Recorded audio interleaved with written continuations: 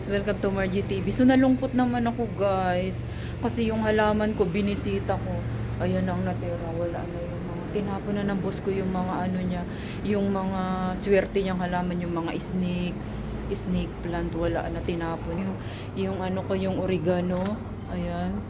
So yan na natira sa oregano ko guys, parang hindi siya nadiligan. Tapos ito, I think this one is, I don't know what is this. Baka itapon na rin to.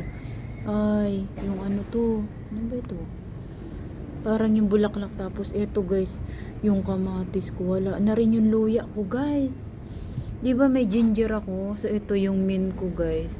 Tapos ito guys, oh. Tapos ito yung ano, yan. Yung tinanim kong ano. Yan na lang yung iniwan niya. Ay, galing tumubo yung ano ko. Yung celery. Yung celery kong tinanim, tumubo. Ayan. So, ayan na lang yung iniwan niya, guys. Pinagtatapon niya na yung mga ano, luminis na. O, diba, guys? Nalungkot ako.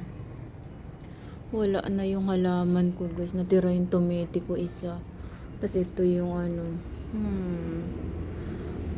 Tsaka ito, guys. Ito na yung ano ko, oh.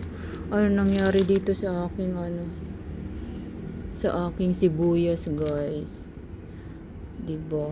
Kamusta na? Natuyo na guys. Hindi na siya, kasi hindi siya naalagaan. Sabi ko diligan, di naman diniligan. So yun lang aking vlog for today's guys. Yung halaman ko after vacation, yan na lang yung natira. Saklap best. Ito na lang yung ano ko, yung tanim ko.